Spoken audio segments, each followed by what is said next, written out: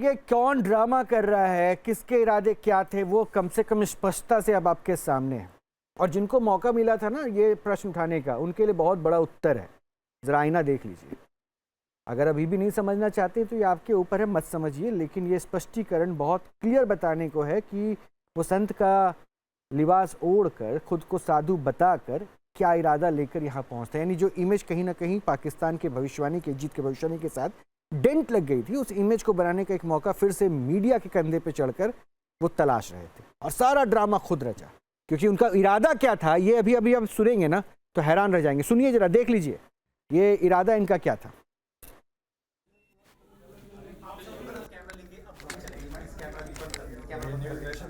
Camera बंद कर दो आप लोग, कैमरा बंद कर दीजिए। कैमरा बंद नहीं, आप खत्म हो। माइक लेके जाके ना ऐसे आग लगाओ। कैमरा हो गया बंद। आप सब कैमरा लेके अब बंद चलेगी। मैं इस कैमरा भी बंद कर दूं। कैमरा बंद कर, कैमरा बंद कर दो आप लोग, कैमरा बंद कर दीजिए। कैमरा बंद नहीं, आप खत्म हो। माइक लेके जाके ना ऐसे आग लगाओ। कैमरा हो गया बंद। सुन लिया आपने, मैं बाहर जाके ऐसा आग लगाऊंगा।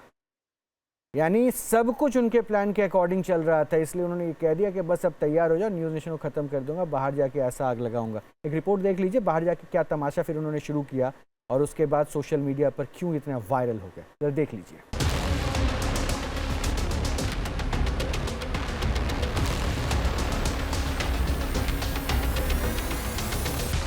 लाइव शो में हंगामा करने वाले बाबा, हिंदू धर्म गुरुओं पर गर्म चाय फेंकने वाले बाबा, वही प्रश्न पूछा जाएगा जो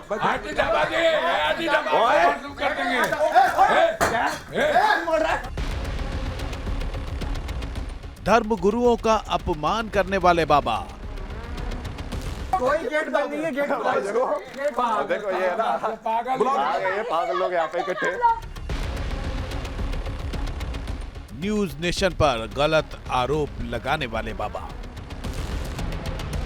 इन लोगों ने ना स्टूडियो के अंदर बंद कर दिया मेरे को।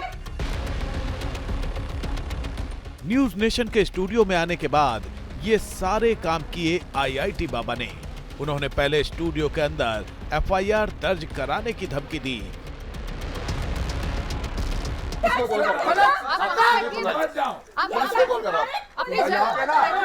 मैं एफआईआर लॉन्च कर रहा हूँ। स्टूडियो से बाहर निकलने के बाद भी आईआईटी बाबा का धमकी देने का अंदाज नहीं बदला। ऑफिस से बाहर जाते वक्त आईआईटी बाबा ने मामले को तूल देने की धमकी दी। उनके शब्द थे, आग लगा दूंगा। कैमरा बंद कर दीजिए। कैमरा बंद नहीं, आप खत्म हो। माइक लेके जाके ना ऐसे आग लगाओ। कैमरा हो गया बंद। जैसा आईआईटी बाबा ने कहा था उन्होंने वैसा ही किया। इसका मतलब यह हुआ कि आईआईटी बाबा हंगामे की पूरी प्लानिंग के साथ आए थे, इसलिए न्यूज नेशन के गेट से बाहर निकलते ही उन्होंने धरना भी दे दिया। इस दौरान आईआईटी बाबा लगातार सोशल मीडिया पर लाइव बने रहे और अपने चाहने वालों को न्यूज नेशन के ऑफिस के बाहर बुलाते रहे, जिस बुलावे पर न्यूज नेशन के ऑफिस के सामने भीड़ जुटने लगी। कुछ ही देर में पुलिस भी मौके पर पहुंच गई और पुलिस ने बाबा को मनाने की कोशिश शुरू कर दी, लेकिन बाबा धरने से उठने को तैयार नहीं हुए। आईआईटी बाबा का हंगामा जारी रहा और वो पुलिस के साथ जाने को तैयार नहीं थे। इस बीच पुलिस की टीम उनसे लगातार बातचीत करती रही। आखिरकार आईआईटी बाबा पुलिस थाने पहुंचे और उन्होंने वहां शिकायत दर्ज कराई। इस शिकायत में उन्होंने खुद के साथ हाथापाई और स्टूडियो में बंद करने का आरोप लगाया, जबकि इसका सच से कोई लेना देना नहीं। ये डोर है, ये डोर है।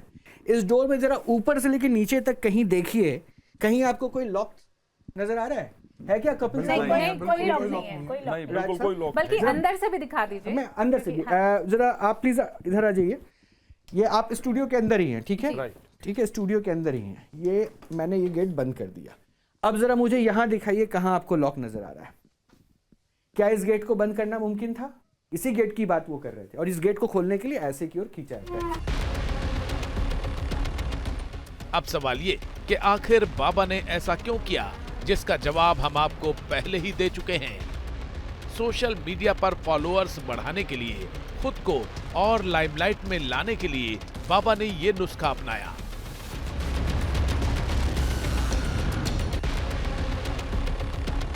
बाबा के आरोपों का सच सामने आए और देश को पता चले कि आखिर जो आरोप न्यूज नेशन पर लग रहे हैं वो झूठे हैं, इसलिए हम शो का अनकट वीडियो दर्शकों को दिखा रहे हैं।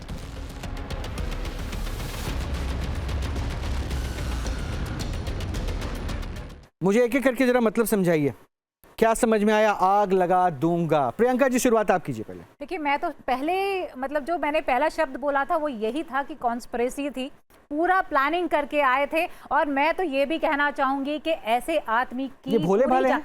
देखिए, फंडिंग कहां से हो रही है? नहीं प्रियंका, मेरे सवाल को सुनिएगा जो मैं पूछ रहा हूँ। ये भोले भाले हैं जी, इसको भोलापन कहते हैं। मैं आपको बता रही हूँ ना, मैं खुद इनको फॉलो करती थी। हाँ। मैं खुद अप्रिशिएट करती थी कि एक पढ़ा लिखा युवा आईआईटी से पास आकर के अगर सनातन धर्म में आता है तो वो धर्म और विज्ञान का जो कॉम्बिनेशन है उसको अच्छे से समझा पाएगा। ये शख्स, लेकिन ये आदमी ड्रग्स लेता है, आप चरस गांजा, ये तो पकड़ा गया ना। मैं तो ये कह रही हूँ कि इसको जो फंड करते हैं उनकी भी जांच होनी चाहिए। लेकिन ये गूगल पे अकाउंट दिखाते हैं। सुनिए, मैं आपको और बताता हूँ। उस इंटरव्यू के दौरान से मैंने पूछा था, अमृता ने पूछा, ये गूगल पे का एक अकाउंट देते हैं, ये हिप हॉप में रहते हैं। एक बहुत ही महंगा ब्रांड, मैं उस ब्रांड का नाम नहीं ले रहा, का कॉर्डलेस ईयरफोन लगा के पहुंचे, ठीक है। टैक्स सेवी हैं, टेक्नो फ्रीक हैं, जो भी हैं। नेल उन्होंने एक्सटेंशन लिया हुआ है, मॉडर्न इंसान है, पढ़े लिखे हैं, युवा है, ठीक है। इसके अलावा इन सब से मुझे कोई आपत्ति नहीं। आपत्ति दरअसल वहाँ पे आ जाती है ना जब इनका इरादा गलत हो जाता है। ये अपने से बड़ों को रिस्पेक्ट नहीं, और अपने माता पिता को ये रिस्पेक्ट नहीं कर रहे, उनको बर्बाद करने की बात कह रहे हैं।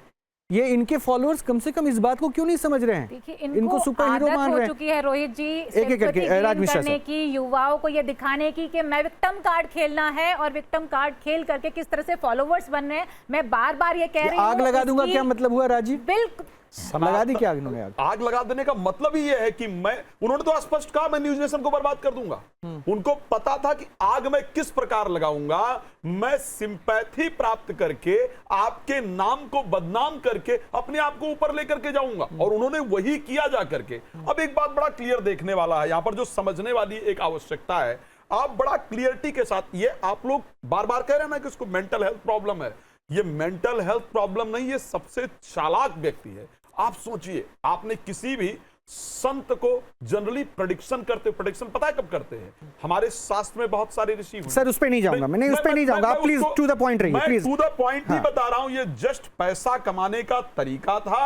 अपने आप को भगवान घोषित कर लो। मैं दोबारा कह रहा हूं, अगर इंडिया हार गई होती, भगवान ना करते, तो 200 करोड़ का आदमी होता 10-15 दिन के अंदर। ये आप ध्यान रखिए। तो ये जो आग लगाने वाला विषय था, इस व्यक्ति ने बहुत तरीके से उसको खेला, सबको फंसाया, न्यूज नेशन को भी फंसाया, और वो टॉपिक पीछे चला गया, पाकिस्तान की हार वाला। वो पाकिस्तान वाली हार वाला चला गया। डॉक्टर साहब, आग लगा दूंगा, इसमें कौन कौन झुलसा? और मुझे लग रहा है कि सबसे ज्यादा नहीं, आप कुछ नहीं हुआ सर, आपके ऊपर तो गर्म चाय गिरी थी, लेकिन अब जब सच सामने आएगा ना, तो सच की आग में वो झुलसेंगे। एग्जैक्टली, दूसरों को गुमराह करने की धमकी देके गया था, अब उसकी बारी है उस आग में बर्बाद होने की। क्योंकि जिस आदमी की इंटेंशन शुरू से खराब है, जिसने सोचा है कि मैं एक अपना कल्ट बनाऊंगा, जिसने सोचा है कि भाई मैं स्ट्रैटेजिकली कहीं ना कहीं एक ऐसा बन जाऊंगा जहां पे लोग मुझे मिलियंस में फॉलो करेंगे, तो इस आदमी को लगा कि चाहे मीडिया हो चाहे जो भी हो, इन सबको मैं अपनी उंगलियों पे नचा सकता हूं, मैं इनको मैनिपुलेट कर सकता हूं। पर इसने ये भूल गया था, क्योंकि इसको लगा, क्योंकि अगर आप इसका एक और वीडियो जो आपने दिखाया था उसमें अगर आप देखेंगे, उस वीडियो में पहले इन्होंने क्या बोला, जो ऑब्वियसली आपने नहीं दिखाया पर इन्होंने रिकॉर्ड किया, कि जब मेरी सिस्टर और मेरी चाचा की लड़ाई करवानी होती है तो मुझे पता है लड़ाई कैसे करवानी है। फिर वो 2-2, 3-3 घंटे लड़ते रहते हैं। तो ये इस तरह का आदमी है जो जिसमें कॉन्फिडेंस है, कि कन्विक्शन है कि मैं ये वाली चीजें मैनिपुलेट कर सकता हूं और इनको मैंने ऐसे मैनिपुलेट करना है। पर फिर भी जो लोग कहते हैं कि आईआईटी से पढ़ा हुआ है, इनके सो कॉल्ड फॉलोअर्स के लिए 17 से 21 साल की उम्र के बाद ऐसा देखा गया है, लोगों को जो साइकोटिक और स्किज़ोफ्रेनिक लोग होते हैं, उसके बाद ये चीजें उनमें डिटेक्ट होती है। ठीक है। तो वो उनका पास था, तो उनके पास में ये मत जाइए कि ये आईआईटी बाबा नहीं है, ये एक अभय सिंह है जिसको मेंटल ट्रीटमेंट की ठीक है सर, जरूरत है। वो उनकी अपनी वैल्यू है, उनकी आपकी अपनी अप्रोच है, आप उनके फॉलोअर हैं, ये आपकी चॉइस है। मुझे उससे, या मुझे लगता है हमारे पैनल बैठे किसी भी मेहमान को इससे कोई आपत्ति नहीं है।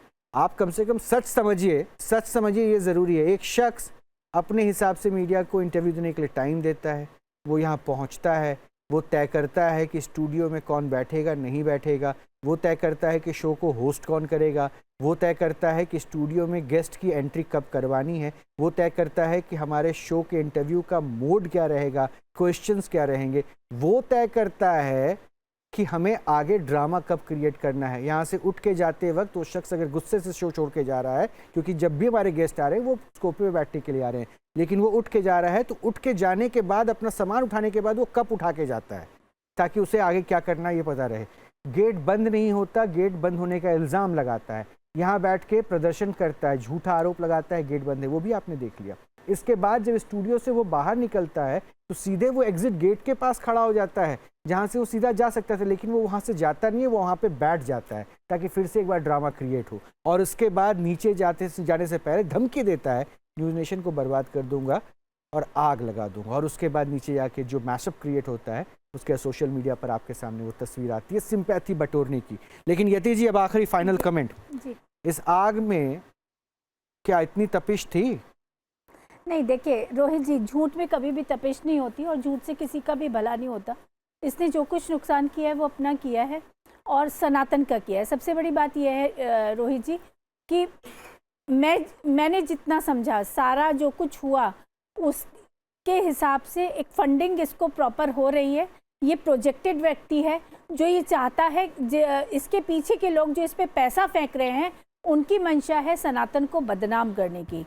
कल जब ये गांजे के, अभी तो गांजे के साथ पकड़ा गया है स्मॉल क्वांटिटी, कल जब ये पेडलर के रूप में पकड़ा जाएगा, जब ये पता चलेगा कि ये चरस को बेच भी रहा था या और सोशल मीडिया पे ये भी वीडियो वायरल है, इसी तरह, तो उसके बाद जो होना है रोहित जी, वो सनातन पर एक धब्बा है। फिर हम ही लोगों को बुलाया जाएगा स्टूडियो में, हमसे फिर प्रश्न होंगे कि आपने इसको प्रमोट क्यों किया। जूना अखाड़ा इसको पहले ही दिन अपने अखाड़े से बाहर कर था ही नहीं उस अखाड़े में, वो अखाड़े के किसी गुरु के साथ नहीं आया था, वो उसको वहां प्रोजेक्ट किया गया था, वो ऑफेंसिव है। तो मेरा निवेदन तो आपके दर्शकों से यही है कि अपने विवेक का इस्तेमाल कीजिए। सनातन इतना हल्का नहीं है जो किसी को भी अपना भगवान बनाकर प्रस्तुत कर दे, और अगर आप ऐसा कर रहे हैं तो मुझे लगता है कि एक नुकसान हो रहा है, बहुत बड़ा नुकसान है सनातन का, इससे बचिए। मैं यहाँ पर, प्रियंका जी मेरे पास समय इतना ही, लेकिन एक लाइन बोलने का मैं मौका आपको दे देता हूँ, जल्दी से एक लाइन में। जी, बहुत अहम बात है। मैं सारे व्यूअर्स को सिर्फ एक बात बोलना चाहूंगी, जब सरकार काम करती है, पुलिस प्रशासन काम करता है, ड्रग्स पकड़े जा रहे हैं, तब आप तख्ती लेकर के और ऐसे आदमी के पीछे खड़े हुए हैं, ये कह रहे हैं कि वो निर्दोष है, उसको फंसाने की कोशिश की जाती है। जब आपके बच्चों की नसों के अंदर वो ड्रग्स फैल जाएगी ना, तब आपको समझ में आएगा कि हम किसको प्रमोट कर रहे हैं। टाइम इतना ही है, लेकिन एक बात बता दूं आपको, इनका वो इंस्टाग्राम का चेक कर लीजिएगा, वीडियोस कई लंबे लंबे होते हैं। इस आदमी के अंदर इतनी भी शिष्टाचार या व्यवहार नहीं है कि देश के प्रधानमंत्री का संबोधन कैसे करे, देश के प्रधानमंत्री तो छोड़िए, ब्यूरोक्रेसी का सम्मान कैसे करे, साधु संतों का सम्मान कैसे करे, उत्तर प्रदेश के मुखिया का सम्मान कैसे करे। उनके लिए भी इनकी भाषा को जरूर सुन लीजिएगा, फिर आपको एहसास हो जाएगा कि इस आदमी के दिमाग में दरअसल चलता क्या है। यह आदमी सबसे ऊपर खुद को रख रहा है, और अभी भी हम आपको कह दें, हमारी कोई बैर नहीं है इनसे, ना ही हमारा कोई इरादा है कि भाई इनकी इमेज पे हम कोई प्रश्न उठाएं। इन्होंने गलत आरोप लगाए, इसलिए हमने धैर्य के साथ इंतज़ार किया। हमें लगा कि शायद ये बंद हो जाएगा, कोई ज़रूरत नहीं है, बंद हो जाएगा। लेकिन अगर ये प्रश्न आप में से लोग उठाने लगे कि हमने स्टूडियो में इनके साथ गलत किया, तो क्या गलत है और क्या सही है, ये सच लाना फिर हमारी जिम्मेदारी हो गई। ये ज़रूरी हो गया ताकि आप देखें, समझें, अब खुद तय कीजिए कि किसको रोका। और कम से कम मीडिया में काम करने वाले जो मेरे सहयोगी हैं, उनको भी ये बात पता है कि स्टूडियो में लॉक नहीं लगाया जाता है, और यहाँ पर ये आरोप लगा देना कि गेट बंद है और किसी मेहमान की एंट्री ऐसे नहीं होती है, जब वो बाकायदा 3 घंटे हमारे स्टूडियो में घुसने से पहले गेस्ट रूम में बैठकर प्लान करते हैं। मैं अभी भी कह रहा हूँ उनकी डायरी खोलिएगा, पन्ना ना फाड़ा हो तो वो बॉक्स बॉक्स करके कैटेगोरिकली उन्होंने तैयार किया है किस तरह से फॉर्मेट होगा मेरे साथ बात करके।